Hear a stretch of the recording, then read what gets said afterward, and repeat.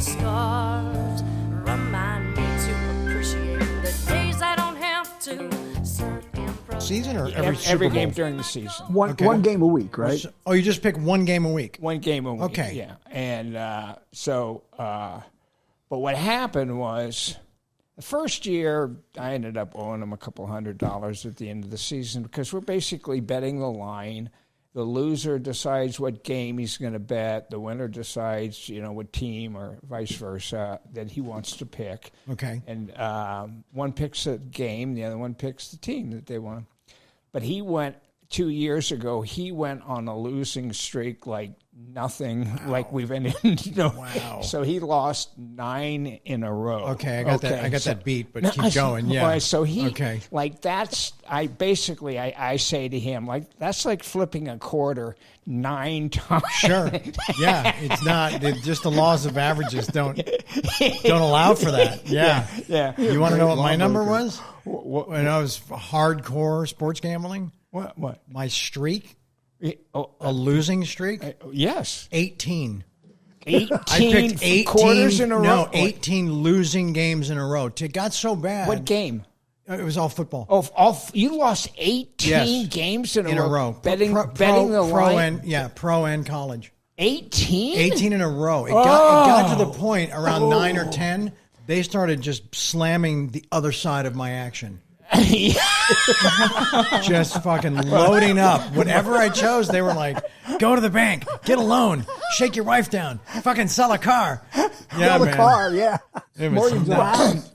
That's what I always tell my friends. Whatever Doug Stanhope is betting on, go the other way. Okay. 'Cause it all sounds right. like so, man. everybody Same fucking thing, yeah. 18 in a row. Yeah, they couldn't believe it. It got, I finally found the humor in it. I'm losing like good for you. hundreds of thousands. And I was just like cackling at the end, just like, Not. shirtless, sweating, breaking shit. Nuts. It's fucking nuts. So when people say, "Oh, are you don't gamble anymore? Are you in recovery?" I'm like, "No, dude. I lost 18. I'm retired. I got beaten into retirement, Yeah. Well, yeah, it seems to me, and I don't care how many people talk about winning, especially if it's Vegas. If you're betting, with a bookie, Right. you're gonna look. The odds are against you. Dude, the pros like come in at like a 53% clip. Yeah. They make a It's narrow. living at 53%. Yeah. Yeah. You know? Yeah. So There used to be these services where you'd pay like $20 for a pick. This is Jim Fight. And they used to You got the advertise game all of the week. time on television. Yeah, Right? we give you my pick 6 for the week. For the week, Call yeah. now, It was 1-900, yeah. well, the thing that's crazy, really, about sports now is Can you turn that, Jim up in mine a little bit, Caleb? Turn him up? Yeah. when you Jim, sound check, Jim. Jim, can you Yeah, talk? can you, so- yeah. Is that yeah. better? That's a little better, Is that yeah. any better now? Yeah. Is that any better now? Yeah. Can I you think hear so. me now? Can you hear me now? I can hear you now, yes. Can you hear me now? Hey, now. What were we talking about? Betting? Jim, Betting. you're talking about the comedian, We're talking about Stanhope. Doug Stanhope, yeah. and, Is he still alive? Yeah. Oh, he is. Yeah. He's still is he still in Bisbee? Yeah. He's still losing his shirt? He still lives in Bisbee. Okay. Actually, this year, I ended up owing him $600. Okay. So I ended up on the losing end, but I didn't lose that all at once. He'd win 2, I'd win 1. Okay. He'd win 3, I'd win your phone 1, dead? and it what? It's your phone. Oh God. Yeah, it turns out. Is that your ringtone? Yeah. And you know what that is? Johnny Cash. I don't know. No. That's Ricky Gervais. Extras. It is extras. Yeah. It's a fucking funny and show. he's on with David Bowie? With David Bowie. Have you ever seen that bit that they do where David Bowie, No. where he, I only watched one season of it. I was over in England doing a terrible television show years and years ago, for Gail Hurd, and terrible show. What was the show? It was called. This is the title of it. Okay, it was called Adventure Inc. as in incorporated. Okay, I mean, mean, I've Listen, heard I worse did not titles. have the same success in television, Charlie. Not many did. Well, not many did. Not like you. Not like Imagine. a lot of people had success. Nobody had success Oh, like shucks. you. Thank and you. I didn't. I've been involved in about 3 or 4 shows that got close. Okay. Magnificent Seven was one of them, and that was an interesting show. It had Ron Perlman on it, and we had 7 other people. Wow. So being on a show. So you get a couple days off And every there week. you go. Yeah, right away. man. Right Yeah. away, Charlie can see that. Right away. Right away. And because when I was a kid, I did a series for Quinn Martin. I don't know if you've heard that name Hello, before. a Quinn Martin production. Yeah. Oh, yeah. Hell yeah. That goes way back. I did a show for Quinn Martin, and when I was a kid, I used to pick up the new script and be like, oh, that's a great scene. That's a great scene. Oh, that's a fucking great episode for me. It's fantastic. Right. Cut to me fucking 20 years later going, that's a day off. That's 2 days. I love it. Oh, fuck, I'm hardly in it. Because you get paid the same, right? Yep. Yeah. See, I never did episodic, man. Yeah. So, but I watched what Dad went through on West Wing. Well, And he was like, just like that, first season. Oh, great episode. Yes. Great episode. Yes. Season 5, like, day off. Day off. Because they would burn them like to the ground into the weekend with that weekend turnaround trick that they yes, pull. Yes. And then you're Yeah. working until Saturday morning at Yes. 7 a.m. Yes. But your call on Monday is 11:30, It's like, whatever. Yeah. And then they're like, but you get $1,000. And you're like, well, yeah, put a price tag on sleep, Yeah. right? Well, Do they still pay forced turnarounds or no? That all went away? I think that's Sean Astin is the new president of the Screen Actors Guild. Okay. And Charlie, for me, and I think probably for you too, and you probably feel the same way, the Screen Actors Guild has just been a fucking bitchin' fucking union as far as like meal penalties and overtime and residuals Sure. and all that stuff. Some of the stuff that he was doing back in the day, there's no residuals. That was Right. I think, if I'm not mistaken, he did a lot of those TV shows. Yeah, he did. Yeah. yeah. A ton of them in Ton the of 'em. 60s. Yeah. FBI, FBI. then came Bronson. Mannix. Mannix, yeah, I'm absolutely. very excited about talking to him because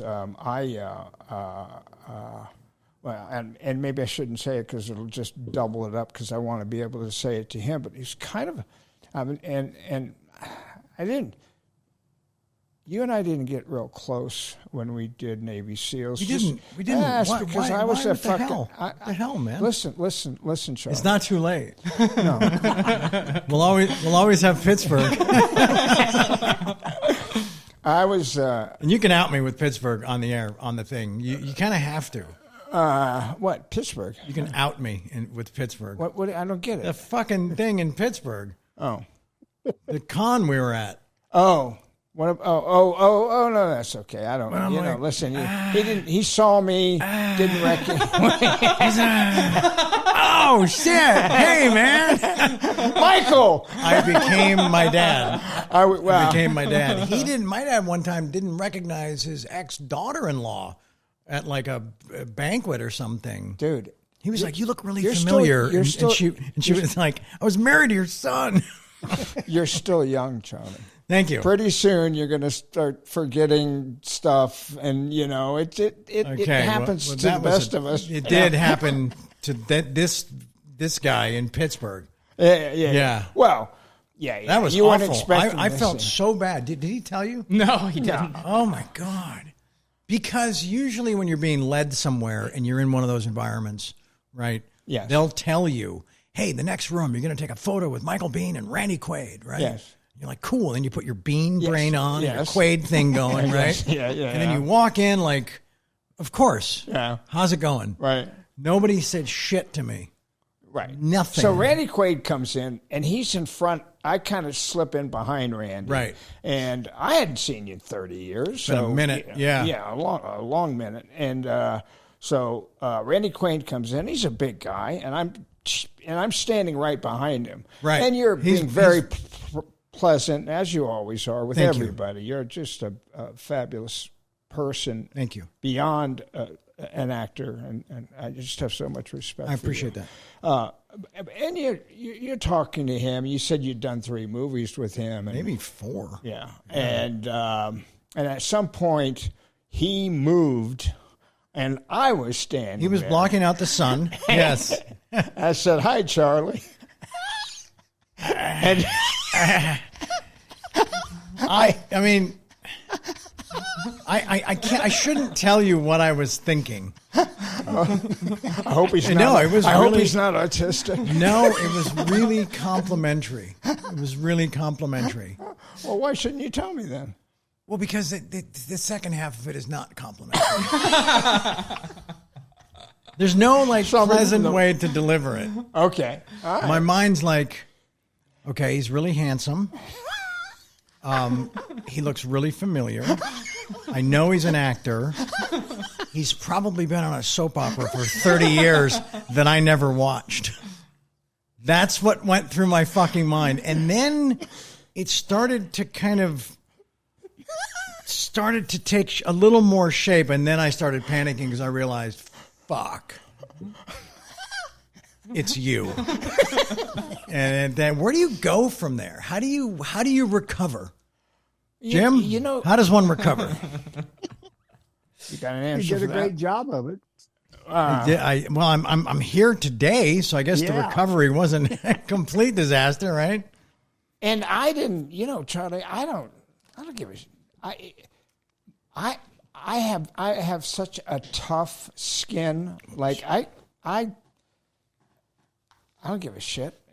I could have didn't even dawn on me Okay. that you didn't, and even if you didn't, you think I care? It's been 30 years. So what? Nobody, Yeah. Charlie, you're you're different. People mention Navy SEALs when I'm out in the world, literally every other day. It's one of the most mentioned films, out with the public. It's a trip. Navy SEALs. Yeah.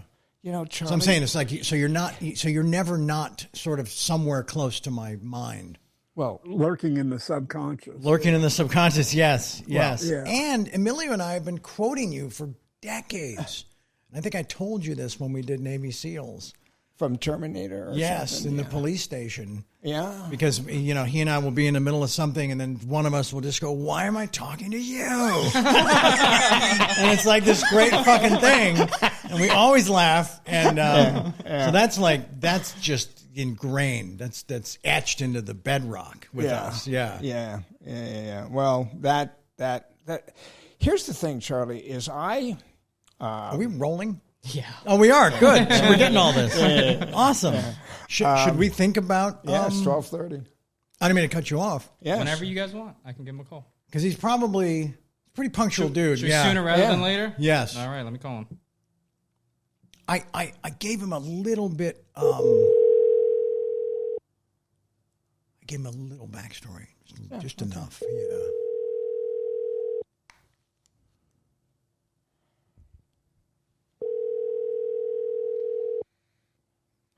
He's not answering. He's like you. I don't know who this is. He has a machine. Available to take your call. Not he'll- available to he'll take the call. He'll hear it. Okay. Hey, Pop, it's your son, Charlie. Are you there? And Michael Biehn. And Michael Biehn. We are in studio as... Hello. Hey, there he is. Oh, wow. There he is. Wow. Hallelujah. I need to call you Mr. Sheen. Is that okay? Oh, I won't have it. No, you call Charlie Mr. Sheen. I'm the old man, or just plain Martin, or Ramon, if you like. Well, Martin, I can't thank you enough for talking with us.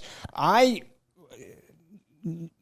know we have this Charlie Starkweather kind of connection, but before that, I just want to let you know that you were my mother's favorite actor.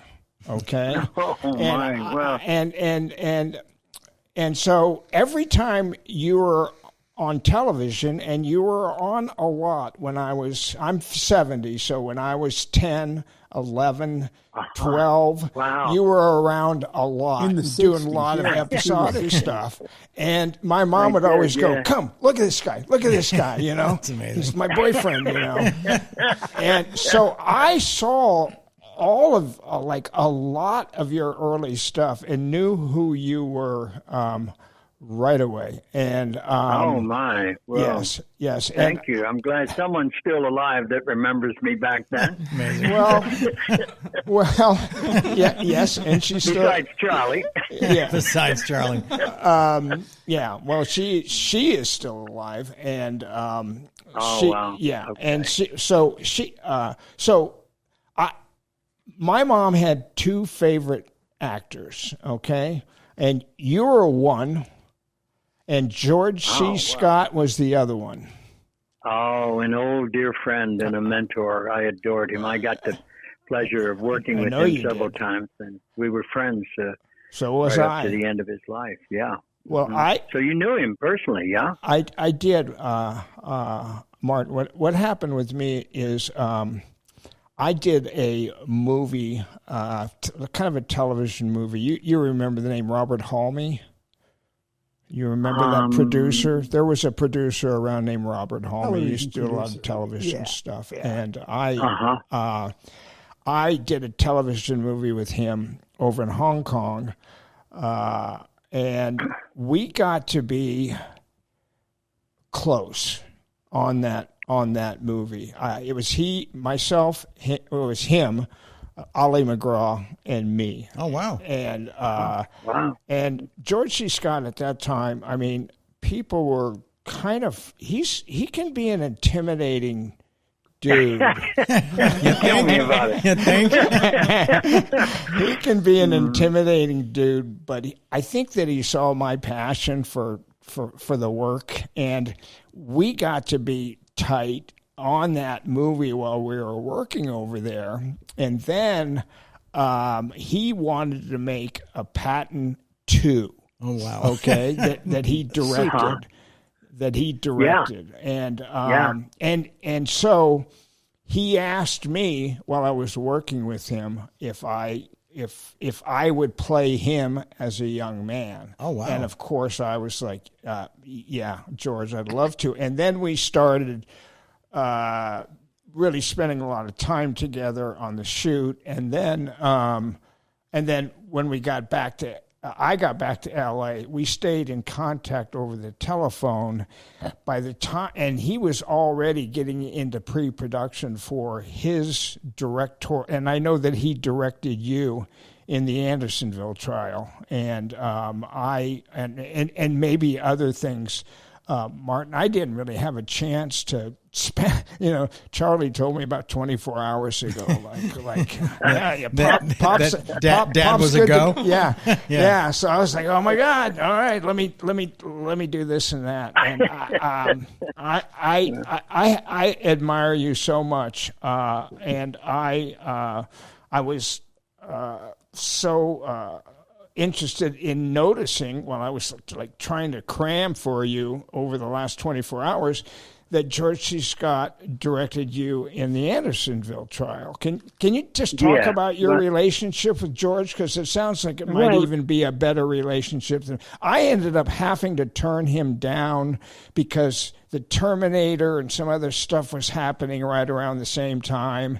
And when he offered me the role of the young Patton in his show, I was just turned out to be unavailable. But could you talk about your relationship with him? Because I know that he directed you at least once, and I didn't know if there was any more than that. Well, it was mostly in New York. We met, he was doing a series called East Side, West Side, which only lasted a season, but it was remarkable. He played a social worker in New York City, and I got to do an episode and was just enamored of him. I mean, he was so brilliant.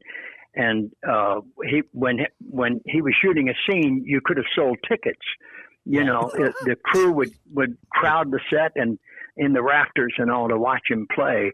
He was just magnificent, and for a series, it was so hard hitting at the time. It was the early '60s, and so I became aware of him and a big fan, and started to watch his development, his career.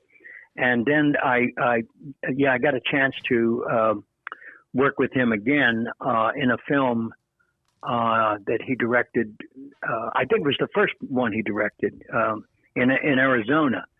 It was based on a true story about a mysterious gas that was killing all the livestock in this community. That was Rage, and right? Rage, yeah.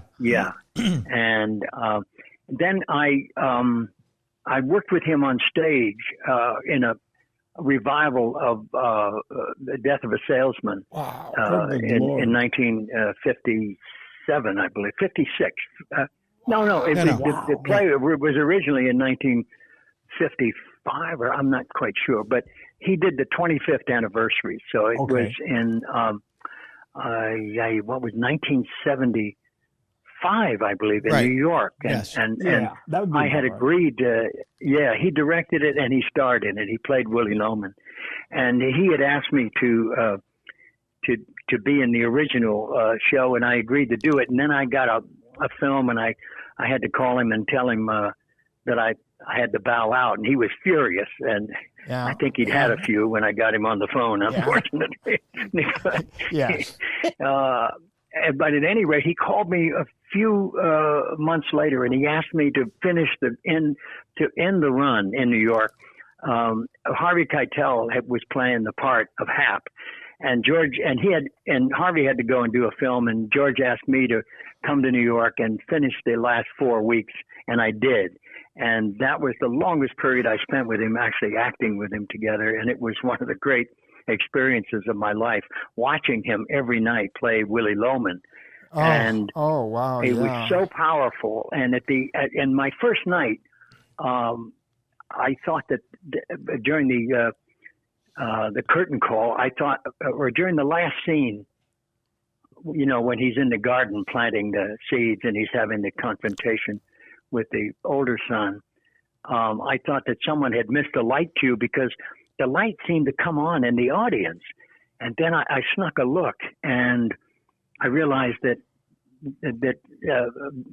all the men in the audience, and some of the women too, I suppose, had taken out their handkerchiefs. They were wiping the tears from their eyes, and the reflection of the stage light on the white handkerchiefs made it appear as if a light was coming from the audience. And I never forgot that. It was so powerful.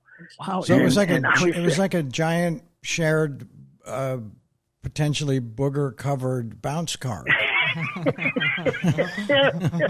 That tells this poignant story about Charlie's got to jump in with his let's talk about colors. Just adding some color, man. Yeah. I thought he was going to say a shiny board, It got away from me. It got away from me. Sorry. He was a powerhouse, and he did direct a few things. Martin, did you ever direct anything other than Cadence? Just one other thing. I did an episode of a children's special. It was Babies Having Babies, my daughter, right? Yeah, Babies Having Babies. Yeah, and I think you won an Emmy, didn't you? I'm not sure if it was for that. Oh, yes. I did. Yeah. Okay. Yeah. Yeah, you did. Okay. Ask me if I won an Emmy, Martin. And was that? I've got a quicker answer than you do. Mine's as quick. Was that your only Emmy? No. No, there were a few others, but the most curious one. I turned down the nominations a couple of times, so I think they were wise to me. And then I kind of kept my mouth shut. Did you do the George C. Scott thing? Because George C. Scott's not Charlie. Yeah, he inspired me. Yeah, he turned down the Oscar. Yes, yeah, I know. He's the only actor I've ever heard of that basically said, even Brando sent up the Indian gal Yeah. Watching Littlefeather. Yeah. He was like, "Fuck this! This isn't a horse show or whatever." And I always respected him for that. And So he wins it for Patton and doesn't accept it. Doesn't accept He was like, He keep wouldn't it. accept it. No. Keep it. No, Yeah, they gave it to him, and he gave it to the Patton family Ah, okay. in Kentucky. Oh, is that Yeah, right? Wow. I think there's a museum for Patton, And it's and he gave it to. and it's in there. Yeah, yeah, Wow. pretty That's sure. pretty cool. Yeah. Mhm. That's Yeah. pretty good. Yeah, you can check it out. Yeah, but that's where he had it sent. Yeah. I'm taking mine I want to ask on the record with that. Just going on the record, taking mine. Well, you've got more. Taking than, it home. You've got more than one, don't you? No. From that TV show you did, you didn't like the 2.5 Men. You only got one Emmy from that. No, I got nothing from that. I got I received rather a Golden Globe for Spin City. Never That's won what an it was Em- for. Yeah. Really? Oh. That's all right. Okay. Let me talk to all right. your dad about a couple other things too, and then we'll get to Charlie Starkweather. When you did Cadence, you had a great cast. You had Lawrence Fishburne, and you had a friend of mine who I work with, Michael Beach. Michael Oh Beach. yeah. Good Mike- dude. Oh, will you please give Michael my love? I haven't seen him in years, but he was wonderful. And one of my favorite scenes was he and Charlie playing that one-on-one basketball game. Well, Yes. listen, I played basketball with Michael, and Michael's a pretty good basketball player. Michael can. Yeah, ask Charlie. Let me ask you a question. One last question about Cadence, and that is, and Charlie, I have never seen you as an actor as good as you were at the cemetery in that show. I think you're grieving your father's death. Is that correct? Yeah. Martin, did you know the backstory on that?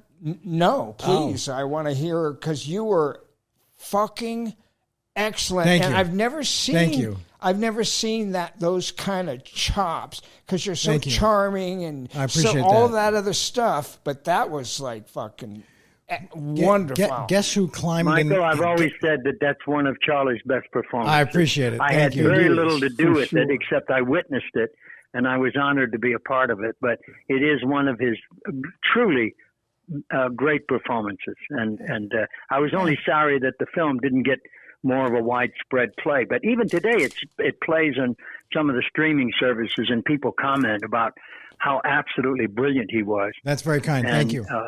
Yeah, not at all. I'm just very happy that I was a part of it. The scene that Michael's referencing, you were in the casket for my off camera. Oh, wow. Yeah.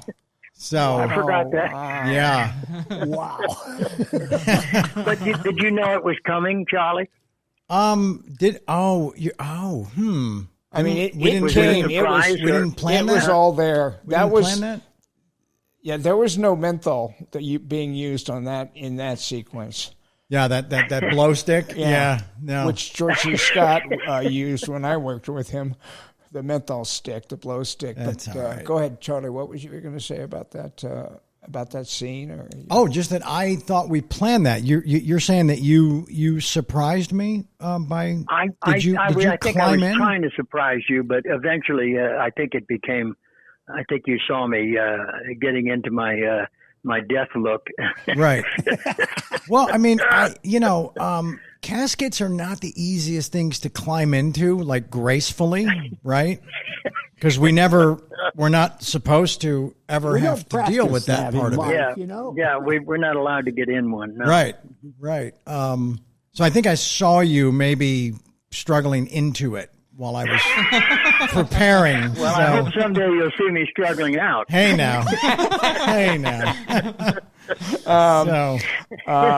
okay, I just want to ask you one other thing about one other project, and then we'll get to Badlands, and that is the execution of Private Slovak, which I did not realize, Martin, that just because the way that my brain works, I had seen a lot of your stuff.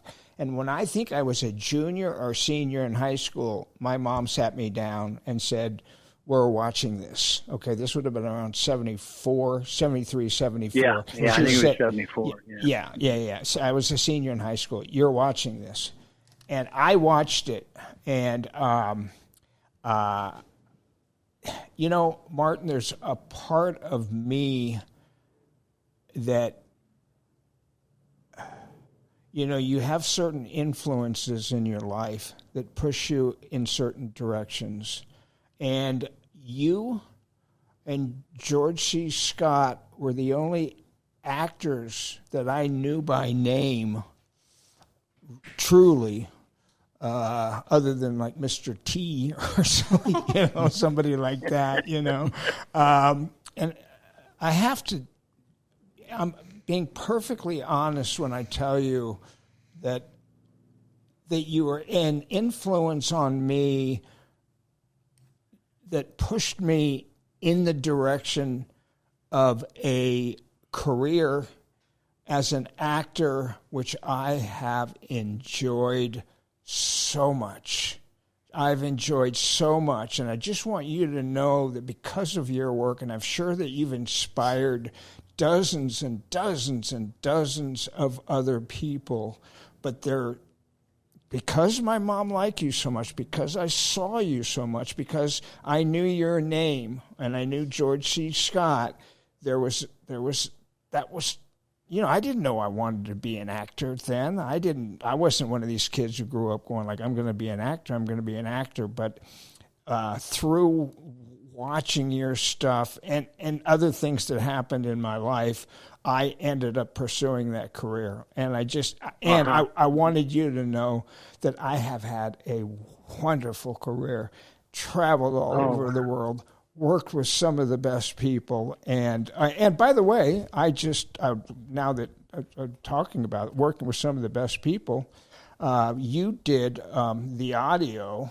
for Ghost of Hiroshima for Jim Cameron. I just did. Yeah, we recorded it here last summer. Did you get a chance to talk to Jim much, or? We hooked up in the studio toward the end of the recording. He was in New Zealand. Yes. And so our engineer and the producer of the book got us together on a Zoom? what do you call a Zoom? Yeah. So I talked to him, and he was delighted. He was hearing some of the recording they were sending to him, and he was delighted. And he told me that that was going to be his next movie. So Yep. I was delighted to be a part of it. You know. Yeah. Well, I worked with Jim, and I thought that was kind of an interesting connection, and that will be a very interesting movie and a tough movie, I would think, to watch. Oh boy, yeah. Right? But it would be. These guys like Spielberg can do Schindler's List and somehow make it palatable. And so Jim has not written the script yet, but let me get back. I just want to get back to the Execution of Private Slovik for one moment, and that is okay, there's a scene in that, Martin, when Private Slovik hears that he thinks he's going to maybe everybody else gets a year in the stockade or 2 years in the stockade for desertion and all this, and they say to you, it's like 6 or 8 people, and the guy stands up and he says, we're going to execute you. And you, as an actor, I found it like really interesting that instead of like reacting to that like immediately, and I don't even know if you know this or remember this or anything, but there was about 4 or 5 or 6 seconds, which it kind of felt like that you didn't quite understand. You didn't react to it. Do you remember that? Do you know what I'm talking about? Instead of like, I do, in fact, yeah. Okay, Mm-hmm. what a great choice! Yeah. What a great choice! Because if it had been me, I would have been like, my choice would have been to react to it immediately, and you do after about 5 or 6 seconds. But it's like your brain is trying to like figure it out. Just a brilliant choice, Martin. Oh, well, thank you so much. Yeah, that was a true story. I know. He was the first one since the Civil War to be shot for desertion. Actually, he didn't desert. He just had a kind of a mental breakdown in combat and decided to hide for a while he just couldn't kill anybody, and he did not want to be killed, and who can blame him for that? But because his outfit was in the Battle of the Bulge, where the Americans took a lot of casualties, and so that sort of moved the prosecution to set him up as an example. And that was I'm yeah. sorry to interrupt, but that was Eisenhower. No, not at all. No, that was Eisenhower. Eisenhower. Yeah, yeah, that was Eisenhower who had to sign off on that. Correct? He was the supreme commander. But they were surrounded by so many casualties and so much horror, and they were on their way to Berlin. And they didn't. I don't think that he gave it a lot of thought. I don't think he personally read the thing or, the account or anything. Okay. I kept thinking of the widow who appealed to Lincoln yes. to save her son in the Civil War, who deserted. And Lincoln said, "But it wouldn't be just." And she said, "I'm not asking for justice. I'm asking for mercy." And so, I think that, Eisenhower was a very decent man, and he'd seen, he'd seen the up close and personal. He planned D-Day. Primarily, it was his plan. Yes. And he saw it through. But he was a deeply compassionate man for all he had seen. He even liberated one of the camps, remember, and made people aware. Made the locals who were claiming that they didn't know what was going on, and he made them very clearly aware of what had gone on. And so at any rate, I don't blame Eisenhower specifically. He didn't know him. He didn't really have time to look at the case. They were in the middle of fighting a war, and it was getting close to the end, and was getting more and more brutal. Yes. But if you're going to send the first and only guy in front of a firing squad, you might want to, carve out 5 minutes. You know what I'm saying? Well, that's something that just tell your secretary, hold my calls. Charlie and Michael, maybe, but I don't know. Ponder, but just ponder it. I don't know. No, I don't know if Slovak had a very good defense. It's not sounding like it. Well, he didn't have much of a defense. He was just like, I don't. Yeah. I'm guilty, and I'll take what comes. But no one was expecting that. Okay. And speaking of Emmys, speaking of Emmys, he was nominated for Outstanding Lead Actor for The Execution. Who was? Martin. Oh, and who won it that year? I'd have to look that one. I pulled out. That was the first one I got, and I honored George, and I was impressed with that, and I really believed it. I thought, why are we in competition?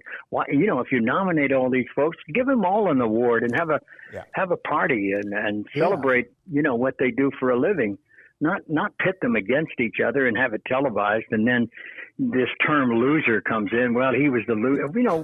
It just seems so inhuman after all the difficult it is in getting a job to begin with and sustaining a career building one, and then you're made to, you're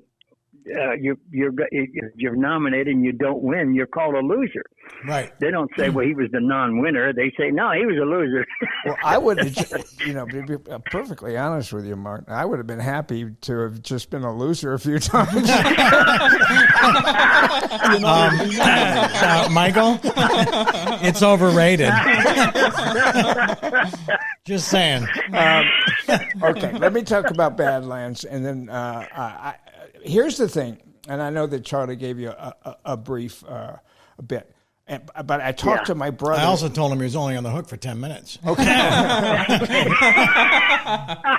So it's like now I'm, you know what I'm saying? Yeah, well, that falls on me. You can leave. Falls on me. But you can leave whenever you want, Charlie. I'm going nowhere. Yeah. Okay. All right. I'm really enjoying this, guys. So, Oh, right on. Right on. We're thrilled to have you, Pop. Thank you. I'm delighted. I can't Sorry, I misled you. Was that out? That was into the microphone. Okay. Yeah. So I told Charlie about I grew up in Lincoln, Nebraska, and oh my God, you were right there. Yes, and I was there. Yeah. I was Martin. I was 2 when Charlie went on his rampage. My older brother was 5. Wow. And my dad was a lawyer, but Charlie Starkweather used to pick up trash at our house. It's amazing. Oh my God, Charlie mentioned that. That's unbelievable. And my dad is a lawyer, but he was a good man, and he treated people with respect no matter what they did. And he treated the trash man the same way that he would treat a judge unless otherwise. And so he knew Charlie. He knew, oh my God. He knew Charlie. Wow. He knew Charlie by name. Wow. So when I know the film's a little bit different, but about 90% of the killings that took place in Lincoln, Nebraska. Yeah, they did. So, right under the authorities. They were looking all over the place, and he hadn't left town yet. Wow. Yes, and so since my dad knew him, my dad was extra cautious, and he took my older brother out of kindergarten, brought him home, told my mother she couldn't go to work, brought her home, loaded up the shotgun, and sat and waited until they apprehended Charlie Starkweather. Amazing. That's that's a true story. Because isn't there stock footage in the movie of school children being led by armed marshals and state police? So. And is there, Martin? Yeah. There is? Yeah. Yeah. Yeah. Showing like just the fear that everybody was under during his siege. Yeah. In Badlands? Yes. There's a couple of shots. It's like a quick montage. Okay. I might have missed that. And first of all, Charlie Starkweather was no fucking James Dean. He didn't look like James Dean. He wore those glasses. You, on the other hand, are about as close to James Dean in that movie as anybody could possibly be. You and Sissy were so brilliant, and I don't know very much about Terrence Malick, but you guys were so brilliant. Martin, I've played a lot of antagonists, and I take pride in trying to show, some humanity behind it. But, your character kills in the movie 6 or 7 people, and you're still very, very. I can't say that like I didn't want to see you get caught, but I had sympathy for you. It's true. I think that was the aim of the character. He was he had such an image of himself, which reflected kind of the image of what America was like at that time. We believed in our images far more than reality. So, he had this image that he was concerned about, people littering the streets, Yes. or, not obeying the law or, Yeah. Isn't that a line on the poster? Yeah, something. He was very yeah. fastidious. People who littered bothered he was, him. Yeah. Yeah. Yes. And he killed 11 people overnight or something. I remember that poster. It's the one right below. It's the one with that one. We've got a computer up. Martin and Charlie's looking at it, so we got the poster. Oh, is that right? Yeah. Okay. When you did that pose in that, where like, because did he? Now, Martin, it's so easy for us as actors to, read books, to like watch documentaries, to, gain knowledge on characters, true life characters that we're applying research. Thank you. Did you have much idea about Charles Starkweather when you made that movie? Oh yeah. No, that's still in Dayton, Ohio when all that went down, and it was. What was it, 1957 or 58? Yes. 57, I think it was. Yeah. Yes. We remembered it very, very. It was, it was like the first of the infamous mass killers, and this national kind of news coverage of, those few days. I think it was about three or 4 days in Lincoln that the whole country was focused on, But yeah, I knew that story well. And when, I don't know if Charlie told you how I came to the attention of Terry Malick. But please tell me. Yeah, it was one day I got an appointment to go for an audition at a hotel in Hollywood on Franklin Avenue for a haberdashery, a pair of trousers. And so I went over there and I did the photograph to audition for. How do you audition for a pair of trousers? I guess you just put them on, Yeah. I think, well, this guy looks like he could afford these, so we'll use him. Well, I didn't get that job, but as I left the hotel, I was walking outside, and there was a big bay window on the ground floor of the hotel, and this lady started banging on the window trying to get my attention, and I thought maybe they were calling me back because I'd gotten the job for the trousers, but it was this lady, Diane Durfner. She was a very well-known casting director in Hollywood at the time. And she said, look, I know who you are, and I'm wondering if you would do a little on-camera audition for this film that I'm casting. She said, I told the director about you, but he thinks that you're too old.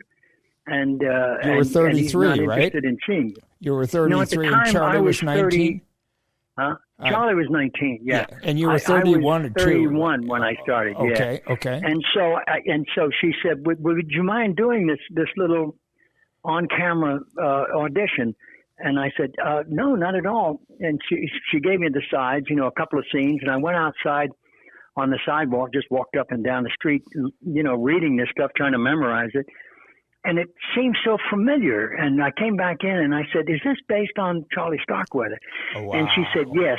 She said, but the director, was Terrence Malick, was not going to do the real story because then he couldn't be free to, to have, how can I say, he wanted it to be the same kind of story about two kids, and particularly Starkweather, this guy that had this image at that time in America, in the Midwest, and the influence of James Dean and movies and music and all. And so she said, yeah, it's kind of him. And so I did the audition and I forgot about it. And a couple of weeks later, this guy named Terry Malick called me and said, would I come in and meet him? And I did. And I met Sissy and we read scenes together. And, and that part called for a redheaded, 13-year-old a high school girl who was from Texas and who knew how to twirl a baton, and that was Sissy's basic. That was Sissy. Yeah. That's the opening of this. Yeah, she was from Texas, and she was a redhead, and she knew how to. She played in the high school band, and she twirled the baton, and so there you have it. And so we just started improvising scenes and doing scenes, and it went on for a couple of weeks, and then one day. I was doing a show at I believe it was Paramount, and an episodic show, and the night after I finished work, Terry asked me to come by the house, and I did, and he was renting a house up in Hollywood, and he gave me the script, and that was the first time I saw the actual script, and I read it, and he called me that night and said, "I want you to do the part," and I said, "Oh, okay, great," and I didn't have a reaction to it. I remember I had to get up very early the next morning to go to work. It was about 5 o'clock in the morning. I was driving down PCH to get to, it was either Paramount or 20th Century, I can't remember, but the sun was just coming up on Pacific Coast Highway. And the realization hit me that I was going to play this part, and I knew that it was the best part so far in my life, and that it would be substantial, would make a difference. I'm a great fan of Bob Dylan, and I was always playing his music whenever I was in the car by myself. Wow. And so that morning I was playing an early album, and one of the tracks was Desolation Row. It was playing, and I pulled over to the side of the road, and I parked the car, and the sun was coming up, and Dylan was playing, and I had just gotten Badlands, and I broke into tears. They were I couldn't control my emotion. It finally hit me that somebody had trusted me enough to pin their leading actor, or one of them, with his first movie, and it was Terry Malick. And so I never forgot that moment, and and I cherished it. And it was one of the best experiences of my life. I think Charlie would probably remember being in La Junta, Colorado, the summer of 70. Was it 72, Charlie, or 70? Yeah, it was 72. It would have been 72, yeah. Yeah. Yeah, I think it was 72. Vague memories, but definitely, yeah. That's a great story, and I would like to compliment you, if I can, on the fact that you always had or tried your best to have your family with you when you were an actor. Because some of the shoots, as you know, as an actor, are long, and I see a lot of guys on the road, on location, don't behave well without their family. What are you talking about? No company, no present company, no aspersions cast there to anyone who may just happen to be listening. I'm kind of rumors flying around. I'm kind of a mini Charlie, Martin. So you don't have to worry about that. No, I knew it was hard. It was hard on the kids because we'd take them out of school. We didn't even give it a second thought. We're going to Russia today. Oh, we're going to I changed my mind. We're going to the Philippines. We're going to here. We're going to do. And they'd just pack them up in the car. They'd bring all the things that their toys and books and stuff, and off we'd go. And they were great sports, I wasn't always sure that we were doing them any favors. Like we had a choice. Well, I'm sure some locations were more interesting and more. Well, how long were you in Mexico for Catch 22? And could that have been any fun? We were down there from January until May, and then we came up to Los Angeles to do some more scenes here. We settled in LA, and then I went to Italy to finish it. The last few scenes I had in Rome. Wow. Great later movie. On that summer. Yeah. Great movie. That holds up very well. That movie holds up really well. I saw it again just recently. We should let Charlie. him, Charlie's looking at his watch. Well, I don't have to. There's a count. There's a timer right on that desk. There's a timer. So I'm lucky enough to have him here, and I want to thank you for coming on. I'm delighted, Michael. Thank you. Oh, thank you, Pop. Yeah. Thank you. All right. Thank you, Charlie. And listen, please say hello to Michael Beach. Really, give him. I will. Give him I've my got love. his Every number. now I see him and play. Yeah, give him my love and tell him how grateful I am that I got a chance to work with him. And I remember his son at the time. I think his son was 2 years old. So that boy is now significantly older. Yeah. In his 30s, I would guess. Yes. I'll He do would that. be, yeah. 37. Okay. probably. And also, Thanks, just Martin. just You before guys. Martin goes, he's got a podcast now, so I just wanted to plug it on the show. Yeah, absolutely. plug, Oh, okay, plug good the deal. podcast. Yeah. Yes, What's I the was. podcast? I was just. It's I was just on that podcast. Yeah. Yes. Yeah, we did a special. Charlie was very kind and gave us a special. Thank you. I tell stories. I write the stories and we edit them and record them about all the things that we're talking about, and then we do a lot of poetry. And I asked Charlie to do the most famous baseball story because he loves baseball. I love poetry, so we came together and we did an episode of our podcast as a special, and it's the one that's gotten the most reaction. I'm grateful to you, Charlie, for doing that. That's great. Happy to help. Happier just to do the show with you.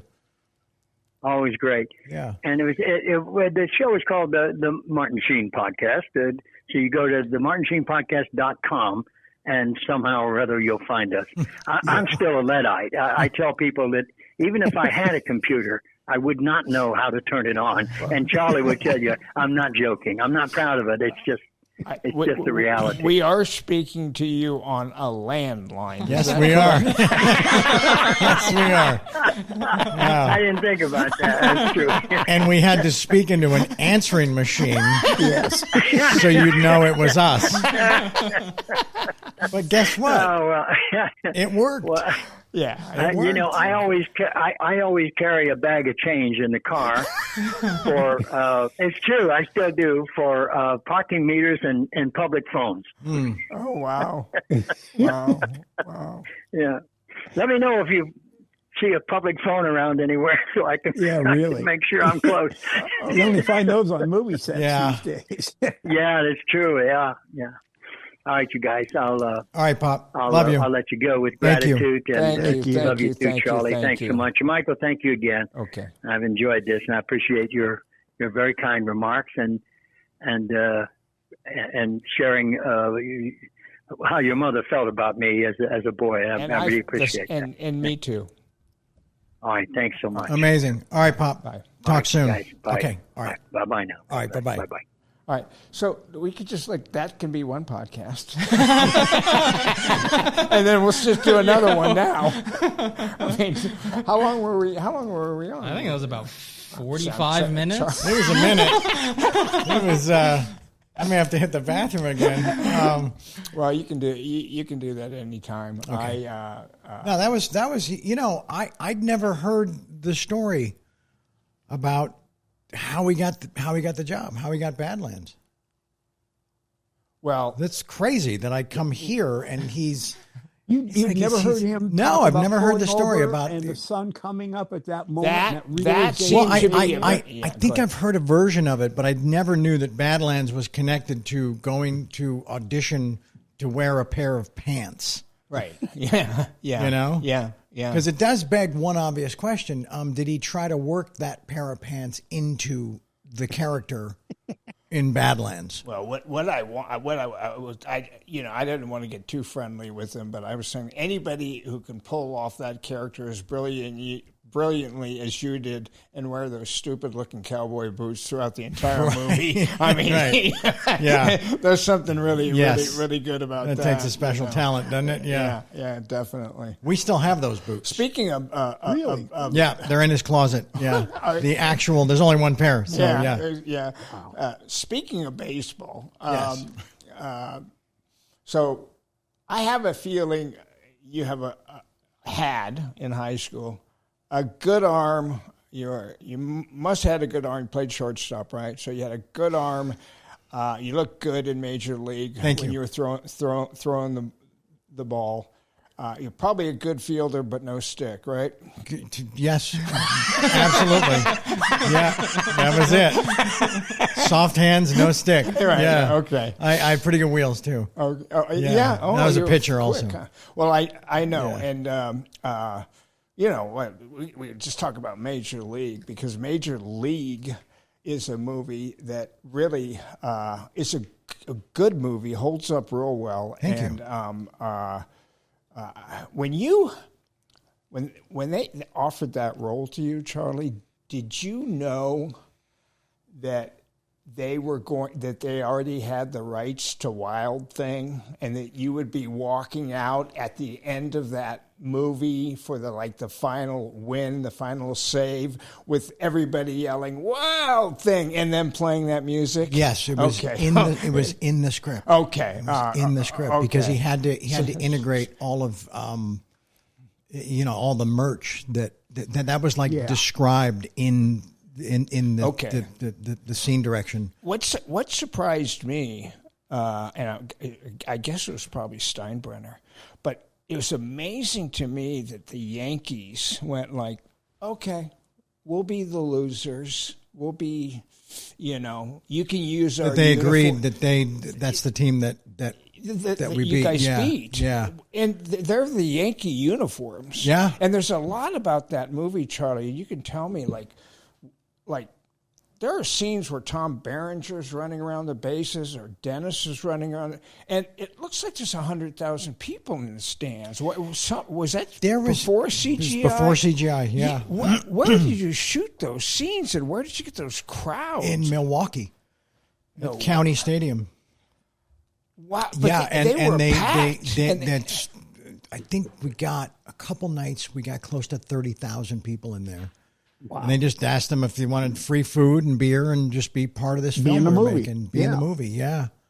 Wow, because the production value as far as being in a real stadium, sure, compared to 8 Men Out, or something like that, was just outstanding. And it's very, I think it's very rare for a team, any team, to go you want the Yankees to lose to this team why don't you go find another ball club to do that, Right. Yeah, I mean, it was 1988. Yeah. So, was that Steinbrenner? 1988. Jesus. Because, they had a World Series drought, if you think about it. The Yanks didn't play in the World Series. They lost to the Dodgers in 81 in 6 games, right? Mm-hmm. Dodgers come back, beat the A's in 88. I don't think the Yankees played again in the World Series until 1996. Well, wait a second. When they beat Atlanta. If I'm not mistaken, I lost a bet to Ed Harris in 1987. Okay. I thought it was the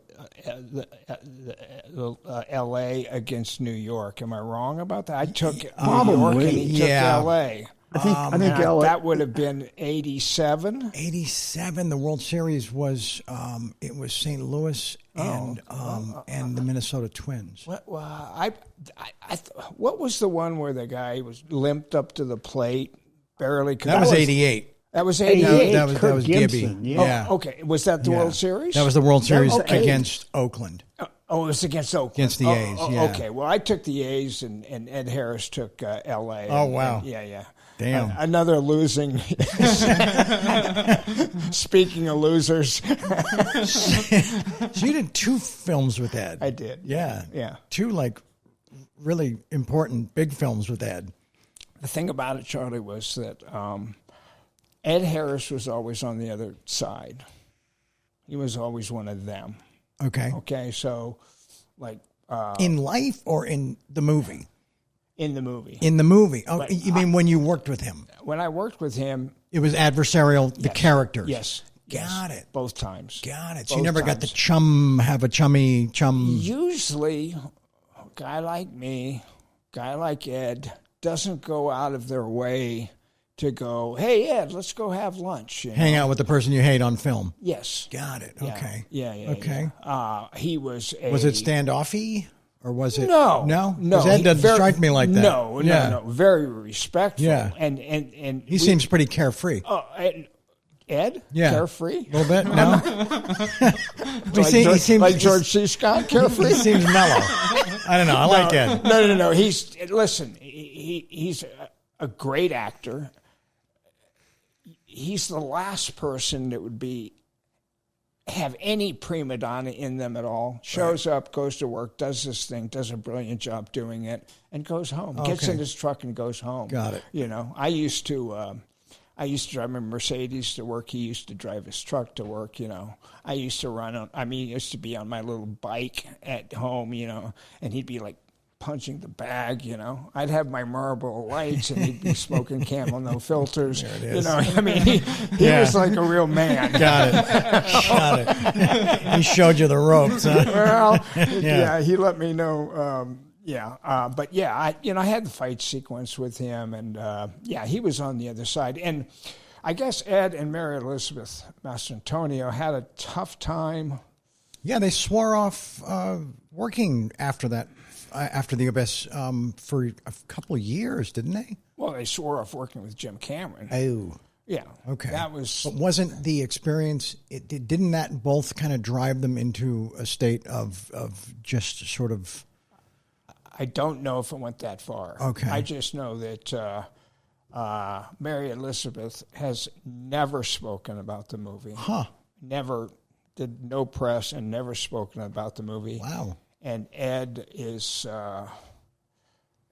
Ed had a near-death experience where he gulped down some water and has spoken a little bit about it. But he's anyway, yeah. So we went. I worked with him, and I had the bet with him. So it wasn't like it wasn't too much that way. But when you're not working together all the time, and when the only time you are working together, you're advantageous. You're just not hanging out. I'm not hanging. That group that was underwater, they all hung out together, okay. and I was, the Navy SEALs Sure. that was kind of come up and take him out in the Rock.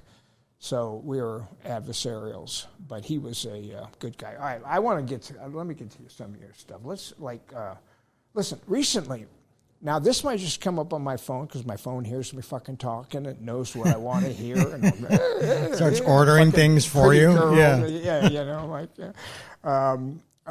but something came up on my phone yesterday, the day before yesterday, and it was Michael Douglas. Okay.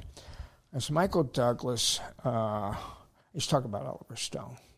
Now, this might have been from a book that he did 10 years ago. It might have been a long time ago. I don't know when it was, but it seemed to me like it was new news because it came up on my phone. It was okay. Like, I'll read this. Okay. Is it a quote from it's more Oliver talking about Michael? No, it's. Well, let me tell you what it is, because I've got very strong opinions about Oliver Stone. Okay. Okay. Michael Douglas shoots 2 weeks in that movie. In your movie? Oh, in Wall Street. Okay. Wall Street. Yeah. Okay. He's doing Wall Street.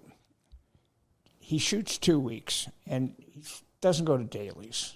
I stopped going to dailies at one point, Charlie, because I was always like, yeah, that's what I did.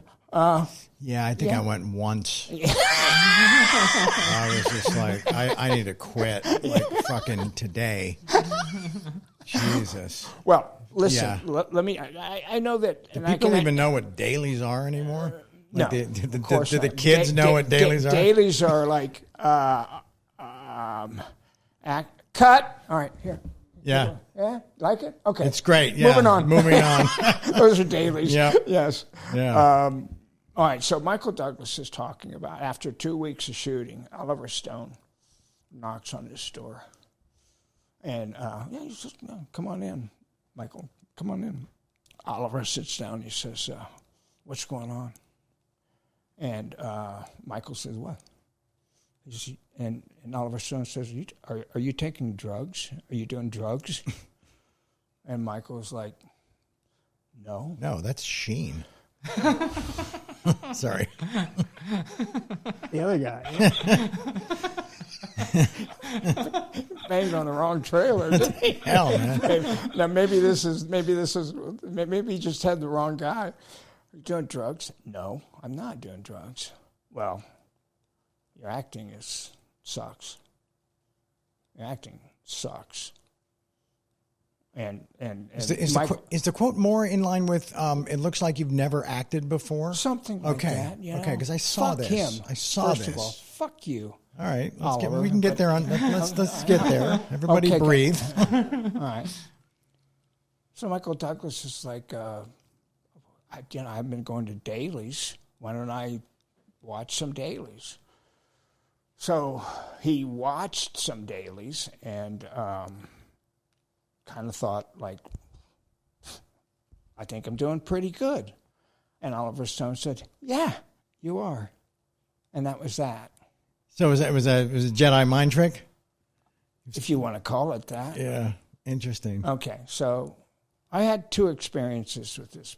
But can I comment on that for 1 second? Please do. Very strange. You're the one that I want talking, not It's me. very strange that you bring this up because just randomly last night, somebody I just met and like 2 days ago was at a dinner with somebody who knows me also. So it was a mutual, right? And sent me a photo. It's strangely enough, Ed Pressman's wife, and Ed was the producer on Badlands and Wall Street. Wow. Go figure, right? And so Annie Pressman is holding up in the photo being sent to me the quote about Michael Douglas that he shared, how Oliver posed that thing to him about, are you on drugs? Because it looks like you've never acted before. And I just saw this last night. Wow. Okay, well, It's just very strange. Well, it must be something that just happened. Okay. Yes. Because Did Michael come out with a book or something? Probably. Okay. Do we know? Is there a? Yeah, he can figure that out in a hurry. But it was just like a mind fuck. Yeah. There's the headline right there. Are you doing drugs? Because you look like you've never acted before in your life. What a dick. Fuck. Take it easy, man. Fuck you, Oliver Stone. Okay, I had 2 experiences with this prick. Okay. Fuck him. Clearly, they stayed with you. Well, he left a mark, didn't he? Yeah, like Stanley Kubrick left a mark. Wow. Listen. Did you work with Stanley? No, but I was you were around him. I was around Timmy Colseri, who was going to play the role of the drill sergeant for in Full Metal Jacket 3 months. Yeah. While he fucked around with him and then finally fired him. He ended up playing the door gunner, but fired him from that. Brought in Lee Ermey. I've had him on the show. Was Lee Ermey training him for the role? Training everybody else. He was the tech advisor. Got it. But Timmy, he wouldn't let Timmy hang out with the rest of the cast because he said if he got too familiar with the cast, that he wanted it to be. That's what he told Timmy. Right. I don't want you around the cast because when the cast sees you, I want them to go like, "Oh fuck, this guy's for real." Got it. And I spent a month with him. He got to be part of like the Aliens group just because he was hanging out waiting so long. They tell him he was going to work. He would go in, come back. He didn't go to work. They would tell him, prepare for this the next day. He would prepare for that. He's going to go to work, come home, didn't go to work. Wow. And that happened over and over and over and over. And hard to find a rhythm with that kind of a schedule. That's a whole. I have a whole thing about Stanley Kubrick, but this motherfucker comes pretty close in my book. Just because, like, why do you do that to Michael Douglas? Why the fuck do you go in and do that with him? So when Michael Douglas looks at his stuff and it looks okay to me, and he goes like, "Yeah, it is okay." Like, well, fuck you. What did you come in my trailer for and fuck with me? What are you? And I think Michael Douglas tries to spin it a little bit in the article that I read. It's like he was trying to give me a little extra juice to, know, whatever. I could tell by that documentary you guys made on him, nobody fucking liked him. I could tell. Everybody was talking. Nobody liked Johnny him. Depp talks about he was going to pee on Oliver Stone. And he did say that. Well, everybody. Okay, so anyway. So I meet him for Salvador. Yeah. So I meet him for Salvador. I come in. I'm a young guy. I'm not auditioning. I'm just meeting him. I come in to play the role of the photographer. Bring that up, and I'll tell you the actor who played it. And I think John James Woods. No, not Jim Belushi. Jimmy Woods. No, those are the two leads. John Savage. John Savage. John Savage. Yeah, All right? yeah. So I go in to meet One him. of the best actors of all time, by the way. Yeah. Just fuck Deer off. Hunter, Yeah. What was the one that he did with Jimmy Woods, Jim, where they played the two criminals? Oh, yeah, the Onion Field. Oh, the Onion Field. Wow. Yeah, that's Yeah. a good Woods movie. is- yeah. Yeah. Jimmy What about the one where he plays the basketball coach? What was that one? I don't know. I'll think of it. Anyway. It's not Cut and Bone, is it? I don't know. Inside Moves. Inside Moves. Yeah. Yes. Yeah. Yeah. Dick Donner movie. Yeah. It's one of the great opening scenes of a film ever. So anyway, I go in to meet him to play the photographer. I read the script. I'm going in. I'm going to go pitch him the way that I want to do. You know, I had gotten kind of good at and gotten roles by going in and sort of so I'm going to do it. And Sure. we'll do this, we'll do that. This is Man the way with a that plan. I see it, and I love the movie, Yeah. and that whole thing. And I go in, and he, from the moment I walk in, and I'm young, really young at that time. What year was that made? 85, I think. 86. Yeah, it was 84. Okay. right 85. before Platoon, yeah. Okay, so I'm Yeah. 26 or something like that. And he starts fucking talking to me about the character, and what the character should be, and how he should be, and when he should be. And this motherfucker never stopped talking. Never stopped talking, and then would leave the room. And then come back. But wouldn't say, excuse me, I forgot something? No. Huh. And So then just like tortured genius shit? I think he was doing blow. Oh. That's what He I was dropping off? He had to go. Yeah. Yeah. Yeah, because I was in there for 45. I didn't say a fucking word. Wow. Did you ever read the scene? No, I did. First of all, I wasn't auditioning. I was just going in to meet him. Just a, Yeah. huh. Yeah, and he was he just couldn't stop talking. Just couldn't stop talking about the character, and then he would leave the room, come back, and again start talking to me about it and what it should be and why it should be this No way. interest in he your was there. in your he input. knows. No, he No had interest in no anything interest that you in- showed up with. No, none at all. mean, okay, yeah. and then leave the room again, come back into the room again. Did you finally say, hey, are you going to fucking share your dope? Are you going to share your dope? If not, I'm out of here. I'm not as funny as you, Charlie. I'm not as quick as Well, you. but it's like he's clearly a hoarder with his dope. Well, What are we doing here? well, that was my experience with him. And Okay. like out of every 100 meetings I took, I would have one.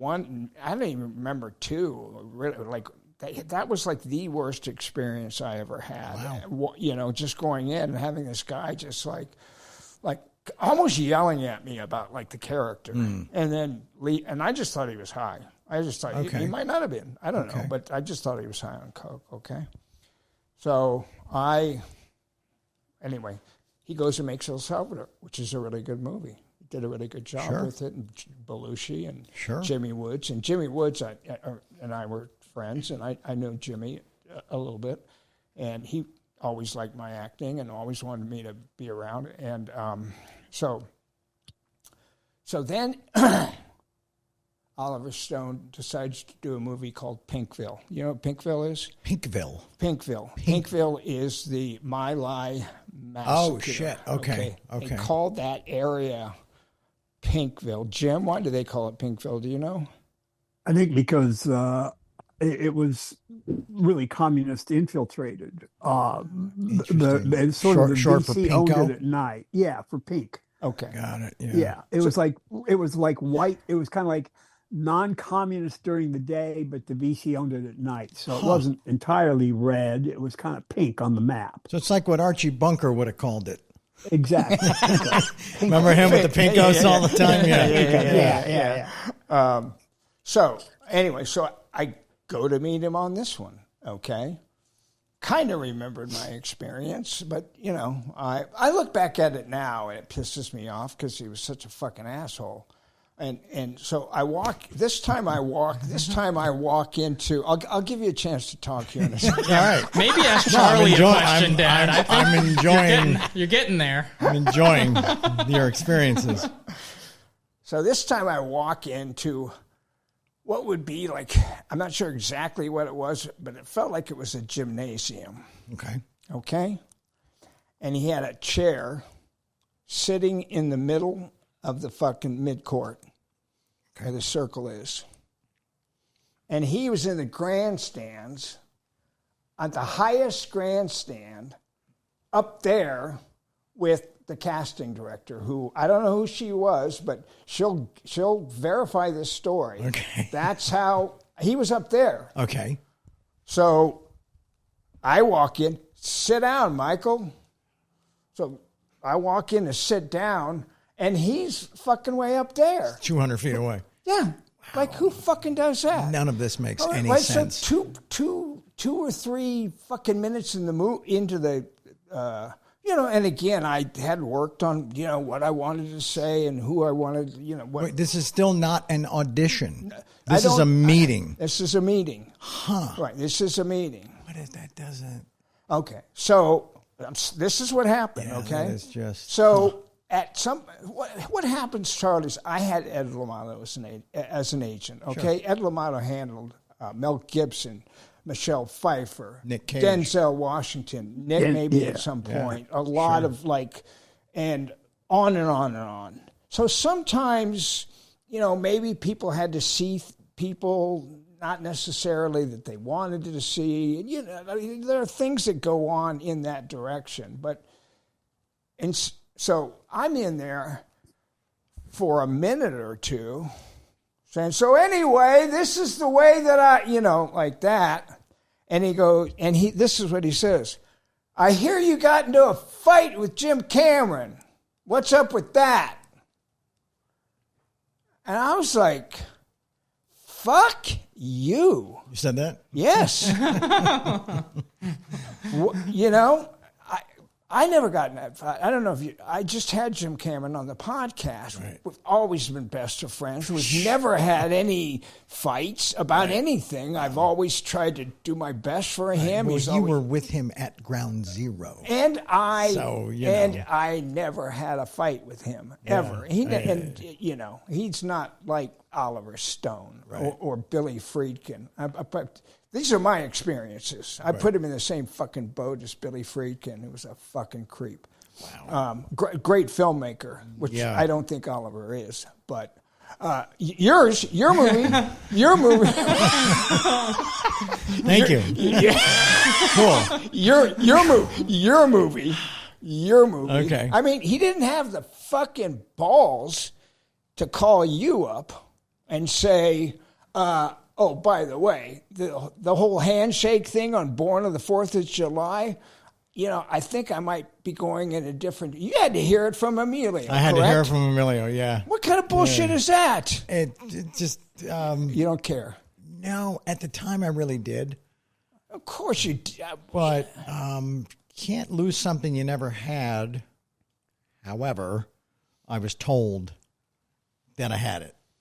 But wouldn't it have been nice for him to call you and say, hey, listen, Charlie. Yeah, well, especially after the two experiences and all the success and everything we'd already had together. A phone call was for sure warranted. Okay. Yeah. Okay. As far as you're going to go. I mean, what can I do about it? No, you know? You can't. No, you can't do anything. And you're a sweetheart. But I listen. I watched. First of all, well, what didn't suck though is when you see the movie Platoon. No, Born on the 4th, and you see what Tom did with it, and I'm like, awesome. No, I know. Cool, like amazing. It's a great role. Yeah. Well, a great performance. You don't. So it's not like I given a great performance. It would have been different. Oh, it would have been different. Okay. Yeah. And I understand that. I understand. I'm saying it didn't wind up in the hands of a chump. No, I know. You know, it wound up with a real artist. That doesn't. get him off the hook for me for like not calling you up and going. It doesn't, but it gets me off the hook for, whatever pain. The missed opportunity. What's that? The missed opportunity. Exactly. Yeah. It's and then certain things are supposed to play out the way that they do or that they did. No, and I understand that. I'm just talking about the guy as a person. Sure. Okay? And when I started, and this goes back when you look like you wanted to talk, so I should let you talk. Go ahead. No, just sort of in the the Oliver bizarrity world of just how just certain behaviors and certain things. At some point, you just stop. I stopped trying to like figure it all out because it was a different frequency to just how I functioned in the world. Okay, I should have. If I would have been told that going in. Well, that's just how I just saw it as an alien frequency that I was not in tune with. Okay, right. Well, either was I, obviously. But like, so he, I can't plan like what a movie's going to do or what someone's going to expect or how people are going to respond. And I'm just trying to make a living. I'm taking the jobs as they're coming, and I do this movie right before Platoon. Because Platoon at best felt like an indie that would make $17 and all the vets would be like, fuck yeah, right? Everybody was cool with that. So I do this thing called The Wraith. You ever see The Wraith? Sci-fi thing? Yeah, it's dog shit. It's awful. And people like it. It's like a cult favorite. They come up with the things at the show. They always say that about terrible movies. It's a cult favorite. Yeah, right? They're like, I love The Wraith. I'm like, dude. Who else was in The Wraith? Clint Howard, Sherilyn Fenn, No, I did Nick not see Cassavetes, Dave Sherrill. I did want to talk to you. Anyway, but so he goes to the movie theater and sees The Wraith. Okay. And then he calls me and he says, I just saw The Wraith. I just saw the fucking Wraith. It's shit. The movie is shit. And you're ruining Platoon. You're ruining Platoon. Oh, this is while you were shooting? We hadn't even started. Oh. We're getting ready to leave. Okay. We took it personally. Like I did that movie to harm Platoon. Okay. That's the alien frequency shit I'm talking about. Okay. Yeah. And it was just like, take it easy, dude. Okay. I got like, I don't think he's like 300 grand for 4 weeks. Yeah, I don't think he's that fucking talented to be on another frequency. Than all right. Okay. Okay. Listen, Platoon is by far the best movie he ever made, and I love the movie. I love it. It's a great. I got one that's better. That he did? Yes. Okay. Well. Just as far as cinematically, which is JFK. Okay. Is a better film cinematically. You know what's crazy, Charlie? I watched you on Joe Rogan. Okay. Okay. So, all 3 hours of it. Oh, no. No. I hope you did you play it at double speed? Yeah. Double speed. 2x. Yeah. I'm not sure that I saw the end of it. I'm trying to compliment you here. Okay? I appreciate it. And it blows me away because you're a smart motherfucker. Thank you. I meant to ask you, really, this was going to be my opening question. Okay. Let's pretend like You're it the is. Smartest, most charming, best looking, most talented. Keep going. Sorry. Person that contains all of those. I mean, Ed Harris is talented, but he's not charming. Okay. He's not. Well, thank you. He's not good. Thank he's good looking, but I mean, I appreciate all of that. Thank you. I don't agree with all of it, but I appreciate it. You are the total package. Oh, shucks. Well, thank you. Well, and it's the only way to take a compliment is say thank you, right? Yes, and you've done like 40 movies or 50 movies, whatever they are, and they're all pretty big movies. There's not, and I'm not saying that they were all good. They're not. I know. I'm saying they're not. Well, I know. Well, let me talk to you about this. I think I'm happy with like 4 of them. Well, Platoon is a great movie. Platoon is a great movie. Thank you. I know that you seem to have some problem with your performance in Wall Street, but Wall Street is a pretty good movie. You Is might it? not Yeah. put that in your 4, but the only thing about Wall Street is that it's kind of now been decapitated by Leonardo's movie. Wolf. You're right. Yeah. That thing. That thing's pretty gnarly. Yeah. That fucking movie. Yeah. It had then decapitated. Thank you. However, what Wolf doesn't have is it kind I hope of you walk away from this happy. I am. I'm happy. Okay. I'm happy. I walked in there, Michael Biehn's fucking shitting all over my directors. No. Okay. No, I sit here happy. Okay. Yeah. But it does. Wall Street does speak to a very specific moment in time. Yes. It's like a time very much capsule. What is it? Money is like the masters of the universe. No, what's the line? The Milken Michael era. Douglas. Greed is good. Greed is good. Greed is good. Yeah. Greed is good. And at the It does time, speak- greed was good Yeah. in that sector. True. Absolutely. And a lot of people, over the years have said that they literally saw the movie and changed careers. Went chasing that greed, Yes. Yeah. and had wild success. So I am proud of the film, just sort of that what it represents culturally, historically. Yes. But as a movie, it feels a little hokey. Because Oliver does write to this thing about your protagonist who's sort of stuck between the forces of good and evil. I mean, think about it. The same thing with Gecko and My Dad is the same thing with Barnes and Elias, and it's it's just the same Being kind of torn in two directions. Yeah, exactly. And will he, choose the moral high ground? Will he go on the dark side? Yeah. Is his hero's journey complete? Does he? And he even has Hal Holbrook saying lines out loud about a man stares into the abyss. Yeah. Isn't that part of the hero's journey? Yeah. Kind of like number 8 or something. Whatever. My school dropout. Some of it is the story structure is a little bit by the numbers, paint by numbers. Okay. But what he builds around it, I think, is where he captures people's imaginations. I think. But what's he? He needs to. I think he's got one great film left in him. No, he doesn't. You don't think Does so? he? All right. I think I have one great film left in me. Maybe 2. You've got plenty of. All right. Thank you. You've got plenty of films. You don't think he's left got in one you. left? No. Wow. He would be doing all of these fucking podcast appearances with his son if he was, he couldn't get Pinkville made. That never. When he was hotter than a pistol, right? Well, I don't know. What? I don't know. If he's hot anymore. He's not hot.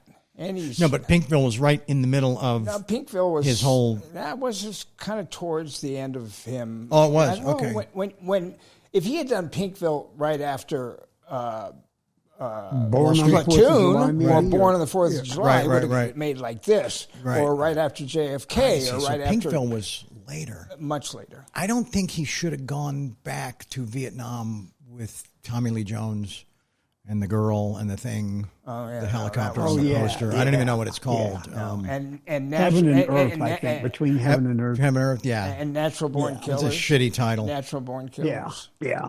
NBK was a mess. It was a fucking mess. Sorry. Downey was pretty good, but that movie is a sloppy mess. I know. It is Brad almost Pitt? unwatchable. No, it's Woody Harrelson and And Juliette Lewis. That's right. Okay. Did he work with Brad? I don't think Brad would ever want to watch. Brad was in a movie that he wrote. Brad has a nice little small part in True Romance. He's a great writer. Oliver wrote? Yeah. No, I'm wrong. I thought that was I got that totally wrong. Tarantino. It is Directed by Tarantino. Tony Scott, right? Yeah, I was Yeah. thinking of something else. That's all right. Yeah. Tarantino Tarantino wrote the movie that I was just talking about, not True Romance, the one that I just mentioned, the Woody Harrelson and Oh yeah. Natural? Natural Born Killers. Yes. Tarantino wrote that? Tarantino wrote Oh, it. And shit. then, Okay. Yes. That's pretty good. and then Well, I'm sure the script was insane and wildly. It was wildly fun, and then dangerous. Yeah, and then Oliver took it and fucking rewrote it and changed it to what it was. Got it. Interesting. And Quentin said, "Fuck this! Take my name off. Take my name off." Wow. Of it. Yeah. He went when a director takes his name off. I don't know. Yeah, directed by Alan B. Fudd. Alan Smithy. Alan Smithy. There you go. Smithy. Yeah. Alan, I'm changing my name to Alan Smithy. I'll have so many credits. Yeah, I think there's a story I remember Quentin saying on a podcast where he was like, a Natural Born Killers came out and he went with Juliette Lewis to the theater and they went to go see it and I think he just walked out. Wow. I think they walked out of it. If I remember that story right that he told. Huh. How did he make it past like the first act? I don't remember how far they made it, but I think he was pretty pissed at what they did with the script. That's a long night after, you know what I'm saying? Really For both of them. Yeah. I'm going to hit the bathroom. Is that all right? Yeah. Can we pause? Of course. Yeah? Or you can just film my empty chair. Yeah, no, you're good. Look upon someone dirtier than you are your muse.